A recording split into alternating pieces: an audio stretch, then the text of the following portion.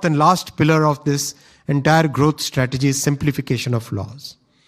We inherited a colonial era government framework when we got independent from the British rule in 1947. For first 50-60 years, a large part of the colonial system was carried on just like that.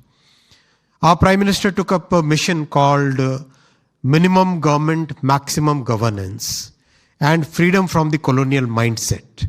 So these two programs helped us remove more than 1,500 laws, archaic laws, from the statute book. I mean, cleaning up of this massive size was a very difficult task, but the Parliament supported and we carried through this entire system. We also removed about 40,000 unnecessary compliances. There is a whole series of new legislations, whether it is in the telecom sector, digital sector, whether it is in shipping sector, whether it is in pharmaceuticals, in industrial sectors. Everywhere the colonial laws are being replaced with brand new laws which are in tune with the times today. Friends, these are the four pillars on the basis of which our growth story is there today. And that's why, because this is a very well thought through, very well executed strategy, we can say with a very high level of confidence that India will continue to grow in the range, in the band of 6 to 8% real for the coming at least 4-5 years minimum, and certainly beyond that, because of the very strong foundation that is being built.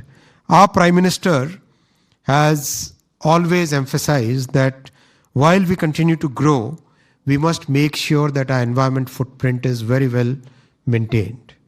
Today, even though we are just about $3,000 per capita GDP, we are a country which have taken so much effort on increasing the clean energy power generation capacity that you would be surprised. And in fact, in last year in Davos, I asked this question to an audience, how much would be the green power generation capacity in India? The answer which came was about 7% max. But friends, that number is 45%. 45% of our 200 gigawatt power generation capacity today comes from green energy. And that commitment is very strong. We are one of those few countries which have completed the COP commitments well before time. And Indian Railways, which carries 2.5 crore, that is 25 million people, correct? No? 25 million people every day, and actually 7 billion people every year.